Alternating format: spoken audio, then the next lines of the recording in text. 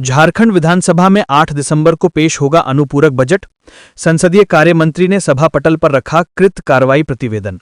झारखंड विधानसभा के शीतकालीन सत्र के पहले दिन शोक प्रकाश से पहले संसदीय कार्य मंत्री राधाकृष्ण किशोर ने पिछले मॉनसून सत्र 1 अगस्त से 4 अगस्त और 22 अगस्त से 28 अगस्त की अवधि में सरकार के आश्वासनों पर एक्शन टेकन रिपोर्ट को सभा पटल पर रखा।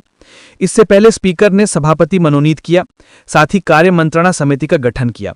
इसी दौरान प्रभारी सचिव ने राष्ट्रपति द्वारा 1 अगस्त 2025 को स्वीकृत कारखाना झारखंड संशोधन विधेयक 2025 को सभा पटल पर रखा। साथ ही राज्यपाल द्वारा 1 सितंबर 2025 को स्वीकृत झारखंड विनियोग संख्या 3 विधेयक 2025, 4 नवंबर 2025 को स्वीकृत झारखंड सूक्ष्म लघु एवं मध्यम उद्यम विशेष छूट विधेयक और 11 नवंबर 2025 को स्वीकृत झारखंड व्यावसायिक शिक्षण संस्थान शुल्क विनिमयन विधेयक 2025 को सभा पटल पर रखा। बता दें कि सोमवार यानी 8 दिसंबर को सरकार द्वितीय अनुपूरक बजट पेश करेगी। 5 दिवसीय इस सत्र में कई महत्वपूर्ण विधेयक लाने की भी संभावना है। वहीं विपक्ष सरकार को घेरने के लिए बेरोजगारी, कानून व्यवस्था और भ्रष्टाचार जैसे मुद्दों पर हमलावर रुख अपनाने की योजना बना रहा है। हालांकि 4 दिसंबर को सर्वदलीय बैठक के दौरान स्पीकर रविंद्रनाथ महतो ने सत्ता पक्ष और विपक्ष से सदन की कार्यवाही सुचारू रूप से संचालित करने में सहयोग करने की अपील की थी। साथ ही सदन के समय का अधिक सदुपयोग करने का आग्रह किया था, ताकि जनहित से जुड़े मुद्दे अधिक से अधिक उठ सकें। धनबाद के कचरा गोदाम में लगी भीषण आग, लोगों के बीच मची अफरा तफरी। धनबाद जिले के झरिया थाना क्षेत्र के सिंह नगर में एक कचरा गोदाम में अचानक भीषण आग लग गई। आग तेजी से फैल गई, जिससे आसपास के पूरे इलाके में दहशत फैल गई। घना धुआं और ऊंची ऊंची लपटें देखकर स्थानीय लोग डर गए। कई दुकानदारों ने नुकसान से बचने के लिए एहतियात के तौर पर अपनी दुकानों से सामान हटाना शुरू कर दिया। घटना की जानकारी मिलते ही 4 फायर ब्रिगेड की 4 गाड़ियां मौके पर पहुंची और आग बुझाने की कोशिशें शुरू कर दी। फायर ब्रिगेड के कर्मचारियों के मुताबिक आग काफी विकराल थी, जिसे बुझाना मुश्किल हो रहा था। आग लगने का सही कारण अभी पता नहीं चला है। झरिया पुलिस स्टेशन की एक टीम भी मौके पर पहुंची और हालात का जायजा लिया। मौके पर स्थानीय लोगों की भारी भीड़ जमा हो गई थी। हालांकि पुलिस ने उनसे सुरक्षित दूरी बनाए रखने की अपील की। कचरा गोदाम के मालिक दीपक साहू ने बताया कि घटना के समय वे मंदिर में थे। उनके स्टाफ ने उन्हें फोन करके गोदाम में आग लगने की जानकारी दी। जब वे पहुंचे तो पूरा गोदाम आग की लपटों में घिरा हुआ था। आग की तीव्रता देखकर वे हैरान रह गए। उन्होंने आग से हुए नुकसान का अंदाजा 70 से 80 लाख रुपए बताया है। फिलहाल पुलिस और फायर ब्रिगेड की टीमें आग लगने के कारणों की जांच कर रही हैं। भाजपा के राष्ट्रीय अध्यक्ष जेपी नड्डा पहुंचे देवघर, बाबूलाल मरांडी के साथ कई नेता मौजूद। भाजपा के राष्ट्रीय अध्यक्ष जेपी नड्डा देवघर पहुंचे। उनके साथ गोड्डा सांसद निशिकांत दुबे भी पहुंचे हैं। देवघर पहुंचने पर भाजपा नेताओं ने उनका भव्य स्वागत किया। जेपी नड्डा के पहुंचने से पहले झारखंड के पूर्व मुख्यमंत्री बाबूलाल मरांडी, पूर्व मुख्यमंत्री सह पूर्व केंद्रीय मंत्री अर्जुन मुंडा, पूर्व मुख्यमंत्री मधु कोड़ा, पूर्व मुख्यमंत्री चंपाई सोरेन, प्रदेश मंत्री गणेश मिश्रा, अल्पसंख्यक मोर्चा के अध्यक्ष अनवर हयात सहित तमाम बड़े नेता और कार्यकर्ता सुबह से ही देवघर में डेरा डाले हुए हैं। देवघर के सर्किट हाउस में कार्यकर्ताओं की भीड़ देखने को मिल रही है। कड़ी सुरक्षा के बीच सर्किट हाउस पहुंचने के बाद राष्ट्रीय अध्यक्ष जेपी नड्डा सभी कार्यकर्ताओं के साथ बैठक करेंगे और झारखंड की राजनीतिक हालात पर भी चर्चा करेंगे। राष्ट्रीय अध्यक्ष के देवघर पहुंचने से पहले भाजपा प्रदेश अध्यक्ष बाबूलाल मरांडी ने कहा कि उनके आने से कार्यकर्ताओं में उत्साह है। वहीं उन्होंने दबी जुबान में बताया कि राष्ट्रीय अध्यक्ष के आने के बाद कई राजनीतिक चर्चाएं भी होगी। वहीं पूर्व मुख्यमंत्री अर्जुन मुंडा ने कहा कि राष्ट्रीय अध्यक्ष के आने से पूरे संथाल क्षेत्र के कार्यकर्ताओं में खुशी की लहर देखने को मिल रही है। प्रदेश मंत्री गणेश मिश्रा ने बताया कि राष्ट्रीय अध्यक्ष के नेतृत्व में होने वाली बैठक संथाल परगना की नई राजनीतिक दिशा तय करेगी। हजारीबाग में 2 साल से लंबित छात्रवृत्ति को लेकर आजसू पार्टी 9 दिसंबर को निकालेगी पैदल आक्रोश मार्च।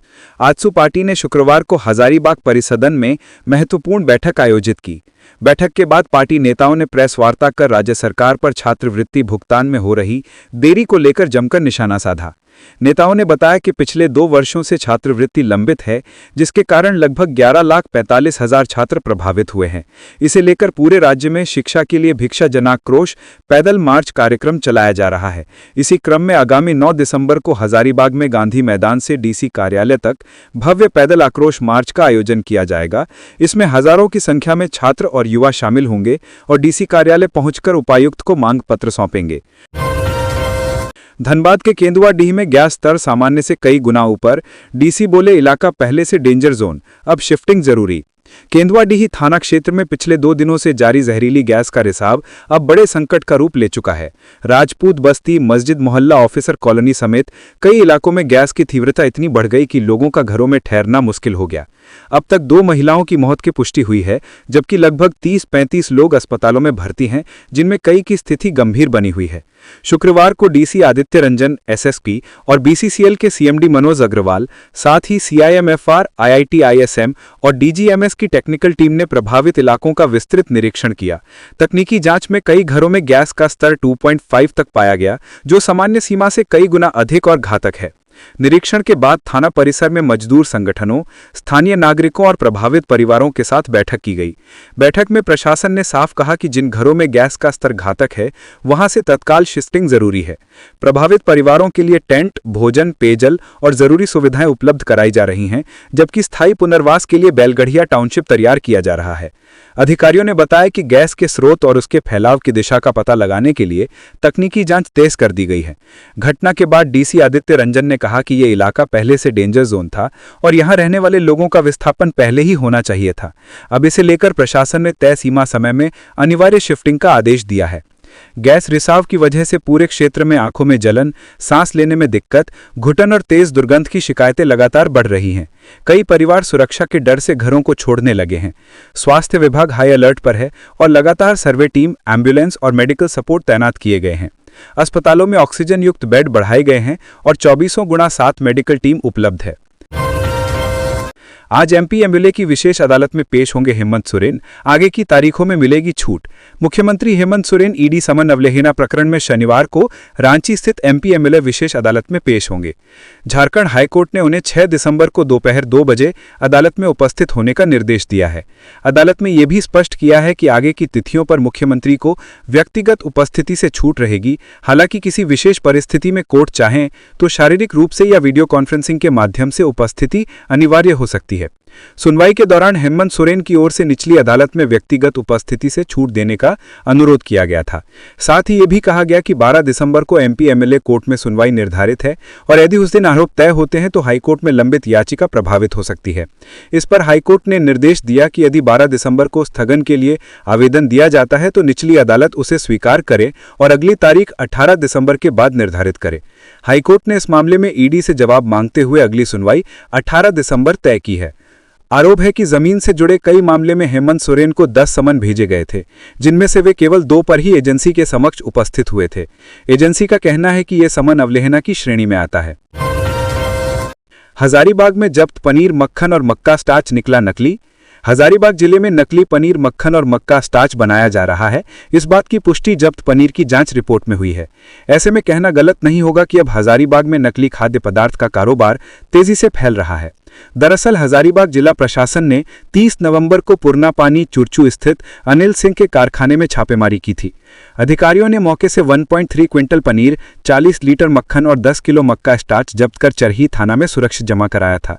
संदिग्ध पनीर और मक्खन के नमूने संग्रहित कर राज्य खाद्य जांच प्रयोगशाला नामकुम भेजा था। रिपोर्ट में वो पनीर नकली पाया गया है जो खाने में विषाक्त है।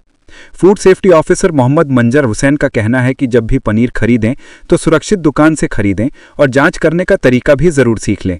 पनीर के टुकड़े पर आयोडीन की कुछ बूंदें डालें। यदि रंग नीला या काला हो जाए तो उसमें स्टार्च है और वो नकली है।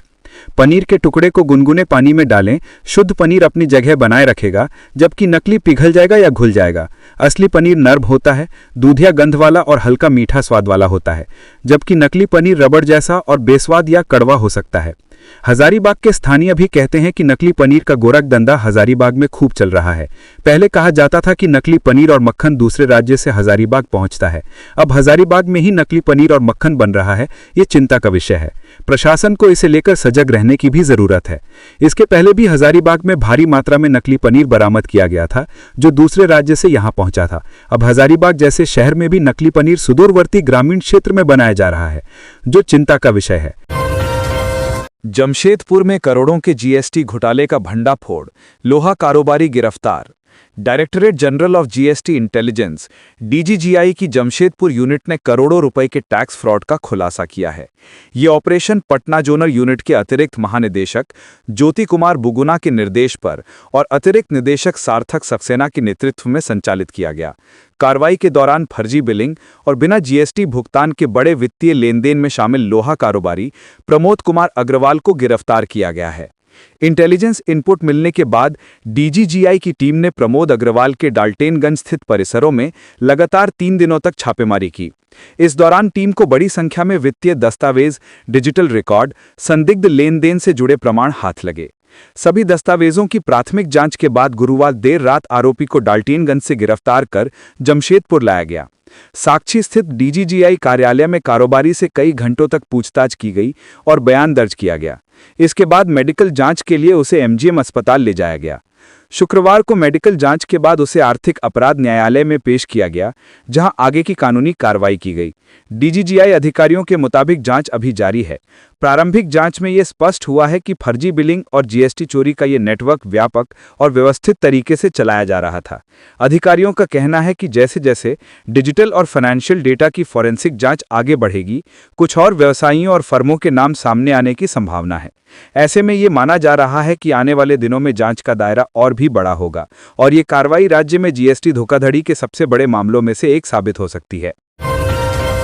साहिबगंज में घर से 349 ग्राम गांजा जब्त कर पुलिस ने अताउर शेख को न्यायिक हिरासत में भेजा जेल। साहिबगंज जिले के राजमहल थाना क्षेत्र अंतर्गत लखीपुर पंचायत के हरिजन टोला में अताउर शेख को अवैध रूप से गांजा रखने और बिक्री के आरोप में गिरफ्तार किया गया। उसके घर से 349 ग्राम गांजा जब्त किया गया। पुलिस अधीक्षक साहिबगंज को 4 दिसंबर को सुबह 5 बजे गुप्त सूचना मिली कि अताउर शेख अपने घर में गांजा छिपाकर बिक्री कर रहा है। सूचना के आधार पर पुलिस अधीक्षक ने एक विशेष छापेमारी दल का गठन किया।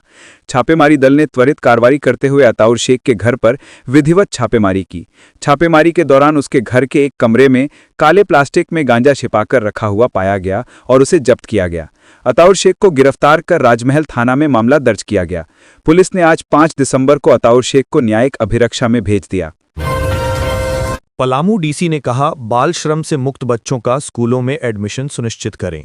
पलामू डीसी समीरा एस ने शुक्रवार को बाल श्रम उन्मूलन एवं पुनर्वास के लिए गठित जिला स्तरीय टास्क फोर्स की बैठक की। समाहरणालय सभागार में आयोजित बैठक में डीसी ने सर्वप्रथम अक्टूबर व नवंबर में बाल श्रम से मुक्त हुए बच्चे व उनकी वर्तमान स्टेटस की जानकारी ली। श्रम अधीक्षक ने बताया कि 8 बच्चों को मुक्त कराया गया है। इस पर डीसी ने श्रम अधीक्षक को डीईओ से समन्वय स्थापित कर उन सभी बच्चों का स्कूलों में एडमिशन सुनिश्चित कराने का निर्देश दिया। साथ ही विमुक्त कराए गए बाल श्रमिकों की जानकारी सीडब्ल्यूसी के सदस्यों को साझा करने की बात कही। डीसी ने कहा कि किसी प्रतिष्ठान में 14 वर्ष के कम उम्र के बाल श्रमिक को रखने वालों के खिलाफ बाल एवं अल्पवयस्क श्रमिक अधिनियम के तहत प्राथमिकी दर्ज करते हुए उनसे 20,000 रुपये प्रति बाल श्रमिक जुर्माना वसूलें। वहीं मुक्त बाल श्रमिक की ट्रैकिंग तथा पुनर्वासन के लिए मानक के अनुसार कार्य किए जाने का निर्देश दिया। डीसी ने कौशल विकास योजनाओं, विशेष रूप से मुख्यमंत्री सारथी योजना के प्रभावी क्रियान्वयन एवं जागरूकता के लिए विभिन्न विभागों के साथ बेहतर समन्वय सुनिश्चित करने का निर्देश दिया। इसके साथ ही सभी कौशल विकास प्रशिक्षण केंद्रों के प्रदर्शन की भी समीक्षा की। बैठक में डीसी, एसपी व डीडीसी ने कौशल विकास के तहत सोलर टेक्नीशियन को प्रशिक्षित करने व प्रशिक्षण के पश्चात जेरेडा के साथ समन्वय स्थापित कर उन्हें प्लेसमेंट प्रदान करने पर चर्चा की।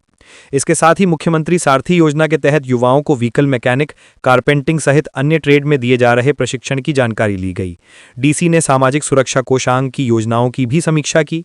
बैठक में एसपी रीश्मा रमेशन, डीडीसी जावेद हुसैन, सामाजिक सुरक्षा के सहायक निदेशक, जिला शिक्षा पदाधिकारी, कृषि व मत्स्य पदाधिकारी, जिला बाल संरक्षण पदाधिकारी समेत सीडब्ल्यूसी के सदस्य उपस्थित रहे। धनबाद में अवैध शराब की मिनी फैक्ट्री का भंडाफोड़, 22 लाख की नकली अंग्रेजी शराब जब्त। धनबाद जिला उत्पाद विभाग की टीम ने झरिया के तिसरा थाना क्षेत्र की चांदकुइया बस्ती स्थित बीसीसीएल क्वार्टर में संचालित नकली अंग्रेजी शराब की मिनी फैक्ट्री का भंडाफोड़ किया है। टीम ने वहां छापेमारी कर करीब 22 लाख रुपए मूल्य की तैयार नकली शराब व भारी मात्रा में सामग्री जब्त की है। छापेमारी की भनक मिलते ही संचालक साधु चौहान व पवन चौहान मौके से फरार हो गए। एक्साइज इंस्पेक्टर जितेंद्र सिंह ने मीडिया को बताया कि गुप्त सूचना मिली थी कि बीसीसीएल के एक आवास में लंबे समय से नकली अंग्रेजी शराब तैयार करने का कारोबार चल रहा है। सूचना की पुष्टि के बाद तीसरा थाना पुलिस के साथ मिलकर छापेमारी की गई। छापेमारी में 90 पेटी तैयार नकली अंग्रेजी शराब, पैकिंग मशीन, रैपर, झारखंड सरकार का नकली हॉलमार्क, बड़ी संख्या में खाली बोतलें, कैप व लगभग 200 लीटर स्पिरिट समेत भारी मात्रा में अन्य सामग्री जब्त की गई है। जब्त शराब व सामग्री की कीमत करीब 22 लाख रुपए बताई जा रही है। प्रारंभिक जांच में पता चला है कि यहां तैयार की जा रही नकली शराब को स्थानीय होटलों और बिहार में सप्लाई किया जा रहा था। संचालकों के खिलाफ केस दर्ज कर लिया गया है और उनकी गिरफ्तारी के लिए छापेमारी जारी है। बोकारो में बंद घर में चोरी, चोरों ने लाखों के गहने पर किया हाथ साफ। बोकारो जिले के बालीडीह ओपी थाना क्षेत्र के तातरी में एक बंद घर में चोरी की वारदात हुई है। घर के सभी सदस्य शादी समारोह में शामिल होने के लिए बाहर गए थे। इस बीच चोरों ने घर का ताला तोड़कर भीतर प्रवेश किया और नकदी और लाखों के गहने पर हाथ साफ कर दिया। घर लौटने पर परिजनों ने घर का ताला टूटा पाया और कमरों में सारा सामान बिखरा हुआ पाया। घर में रखे गहने और नकदी गायब थे। इसके बाद परिजनों ने मामले की जानकारी पुलिस को दी। सूचना मिलने के बाद बालीडीह ओपी थाना पुलिस मौके पर पहुंची और जांच शुरू कर दी है। इस संबंध में गृहस्वामी सुचेंद्र मिश्रा ने बताया कि हम लोग शादी में बाहर गए हुए थे। सुबह 9 बजे पड़ोसियों ने सूचना दी कि आपके घर में चोरी हो गई है। घर में रखे करीब 25 से 30 लाख रुपए के गहने की चोरी हुई है। वहीं घटना की गंभीरता को देखते हुए पुलिस ने डॉग स्क्वाड को बुलाया है। साथ ही आसपास के इलाके में सर्च ऑपरेशन चलाया जा रहा है। मौके पर फॉरेंसिक टीम भी पहुंच गई है। घर के अंदर बाहर से फिंगरप्रिंट, फुटप्रिंट और अन्य संभावित सबूतों का नमूना लिया गया है। वहीं बालीडीह ओपी के एसआई आनंद आजाद सिंह ने बताया कि हम लोग मामले को गंभीरता से जांच कर रहे हैं। सभी पहलुओं पर जांच की जा रही है। फॉरेंसिक टीम भी आई हुई है। मामले का जल्द उद्भेदन कर दिया जाएगा। इधर स्थानीय लोगों ने क्षेत्र में लगातार बढ़ रही चोरी की घटनाओं पर चिंता जताई है और पुलिस प्रशासन से रात्रि गश्ती बढ़ाने की मांग की है। अवैध शराब के खिलाफ कार्रवाई में एएसआई की भूमिका संदिग्ध, एसपी ने किया निलंबित। पलामू अवैध शराब के खिलाफ कार्रवाई के दौरान एएसआई की भूमिका संदिग्ध पाई गई है। संदिग्ध भूमिका मिलने के बाद एसपी रीश्मा रमेशन ने एएसआई को निलंबित कर दिया गया है। निलंबित एएसआई अभिमन्यु कुमार पलामू के सदर थाने में तैनात थे। एसपी रीश्मा रमेशन ने बताया कि एएसआई अभिमन्यु कुमार के निलंबन की पुष्टि की है। दरअसल आरोप है कि अभिमन्यु कुमार ने दूसरे थाना क्षेत्र से अवैध शराब लदी गाड़ी को पकड़ा था। पकड़ने के बाद गाड़ी के ड्राइवर को अपने गाड़ी में बिठाकर घूम रहे थे और मालिक को मैनेज करने के लिए मेदिनीनगर बुला रहे थे। सदर थाना प्रभारी के द्वारा पूरा मामला पकड़े जाने के बाद एसपी को रिपोर्ट किया गया, जिसके बाद एएसआई अभिमन्यु कुमार को निलंबित किया गया। इधर सदर थाना की पुलिस ने कार्रवाई करते हुए अवैध शराब के साथ बिहार के समस्तीपुर के रहने वाले एक तस्कर को गिरफ्तार किया। गिरफ्तार तस्कर रोहित कुमार के पास से पुलिस ने 38 पेटी शराब बरामद किया है, जो 330 लीटर है। शराब को बेहद ही चालाकी से गाड़ी के अंदर रखा गया था। दरअसल पुलिस को सूचना मिली थी कि सदर थाना क्षेत्र के किया के इलाके में एक गाड़ी संदिग्ध अवस्था में खड़ी है।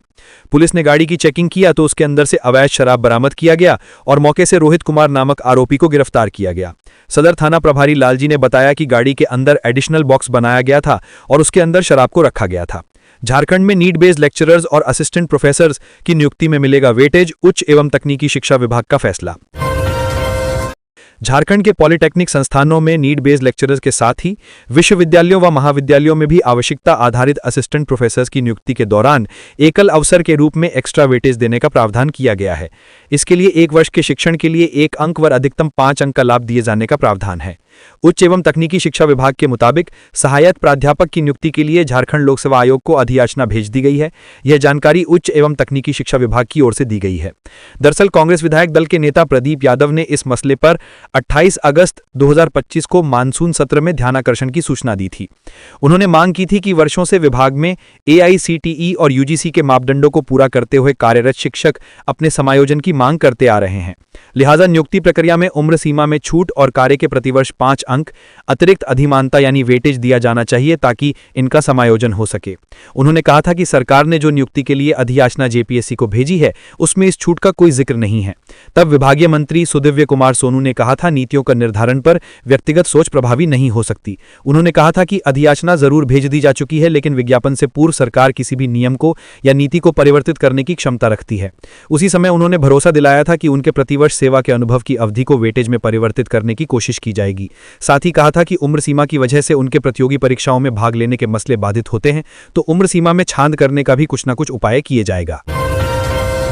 मुख्यमंत्री आवास पर विभिन्न राज्यों के आदिवासी प्रतिनिधियों का महाजुटान, सीएम हेमंत से किया गया यह आग्रह। देश के विभिन्न राज्यों से आए आदिवासी प्रतिनिधियों ने मुख्यमंत्री हेमंत सोरेन से आदिवासी संघर्षों का नेतृत्व करने का आग्रह किया है। मुख्यमंत्री आवास पर जुटे आदिवासी प्रतिनिधियों ने एकजुट होकर अपने हक के लिए संघर्ष करने और सशक्त होकर आगे बढ़ने का आह्वान किया। आदिवासी प्रतिनिधियों ने हेमंत सोरेन से आग्रह किया कि देश भर में चल रहे आदिवासी संघर्षों का वे नेतृत्व प्रदान करें। इस अवसर पर मुख्यमंत्री ने प्रतिनिधियों का स्वागत करते हुए कहा कि झारखंड की धरती हमेशा से वीरता, स्वाभिमान और संघर्ष की प्रतीक रही है। धरती आबा भगवान बिरसा मुंडा से लेकर दिशोम गुरु शिबू सोरेन जैसे अनेक वीर वीरांगनाओं के त्याग और संघर्ष ने आदिवासी अस्मिता को नई दिशा दी है। उन्होंने कहा कि आदिवासी समाज ने मानव सभ्यता के निर्माण एवं संरक्षण में महत्वपूर्ण भूमिका निभाई है। आज भी इस समाज में एकता और जागरूकता की आवश्यकता पहले से कहीं अधिक महसूस की जा रही है। झारखंड सरकार आदिवासी समाज की संस्कृति, पहचान और अधिकारों की रक्षा के लिए पूर्णतः प्रतिबद्ध है। मुख्यमंत्री ने कहा कि सामाजिक, बौद्धिक एवं शैक्षणिक रूप से आदिवासी समाज को आगे बढ़ाने के लिए सरकार निरंतर कार्य कर रही है।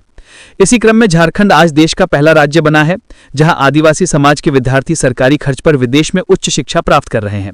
मुख्यमंत्री ने कहा कि आदिवासी समाज में एक नई रोशनी जगी है। इसे और प्रखर करने के लिए हम सभी को मिलजुल कर प्रयास करना होगा। सरकार हर कदम पर आपके साथ है और हर संभव सहयोग देने के लिए तैयार है। आदिवासी समाज प्रकृति का उपासक है और पर्यावरण संरक्षण उसकी जीवन शैली का अभिन्न हिस्सा है।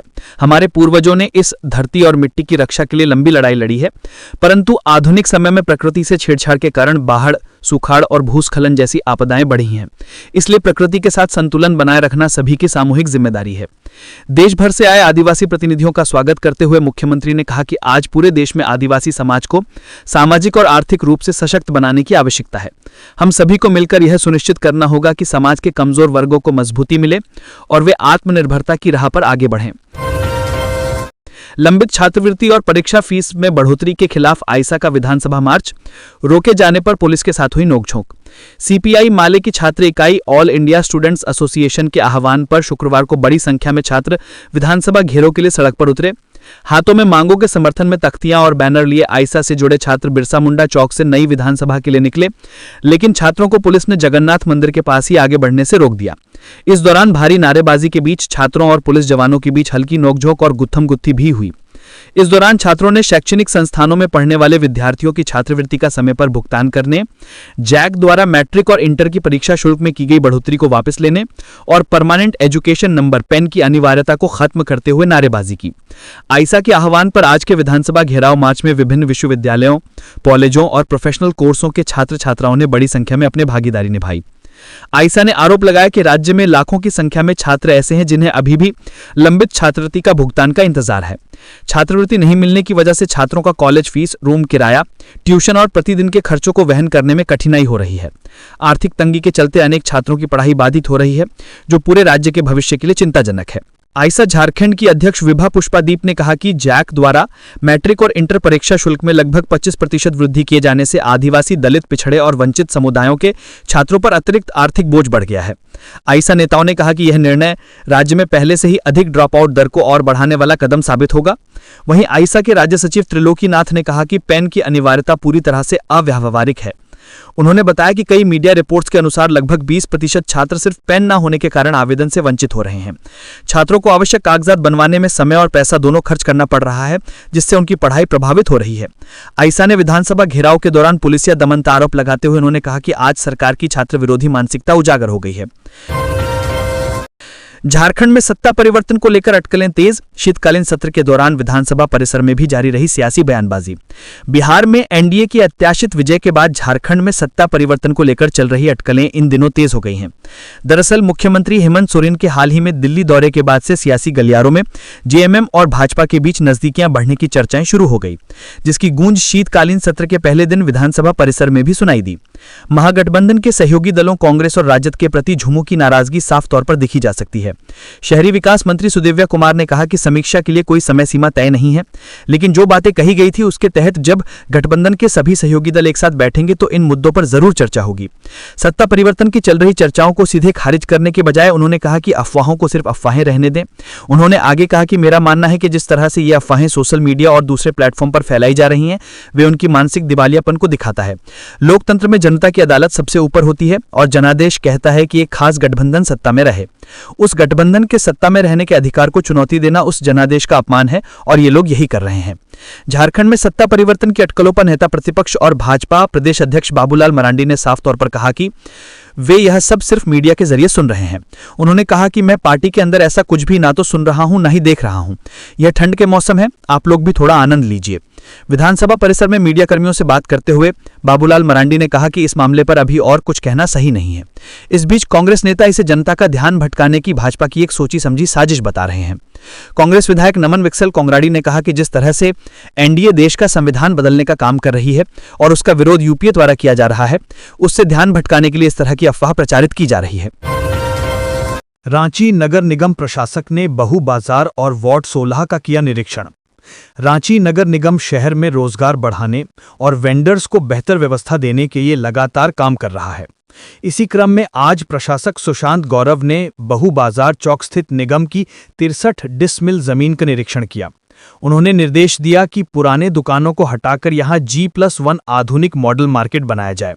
इस मार्केट में पार्किंग, शौचालय, चौड़ी सड़क और अन्य जरूरी सुविधाएं होंगी ताकि वेंडर्स को स्थायी जगह मिले और पूरे क्षेत्र की सुंदरता भी बढ़े। प्रशासक ने वार्ड 16 करबला चौक स्थित निगम के वार्ड कार्यालय का भी निरीक्षण किया। यहां उन्होंने निर्देश दिया कि इस स्थान को जन उपयोगी क्षेत्र के रूप में विकसित करते हुए दुकानें और मार्केट तैयार किए जाएं, जिससे स्थानीय लोगों को रोजगार के नए अवसर मिल सकें।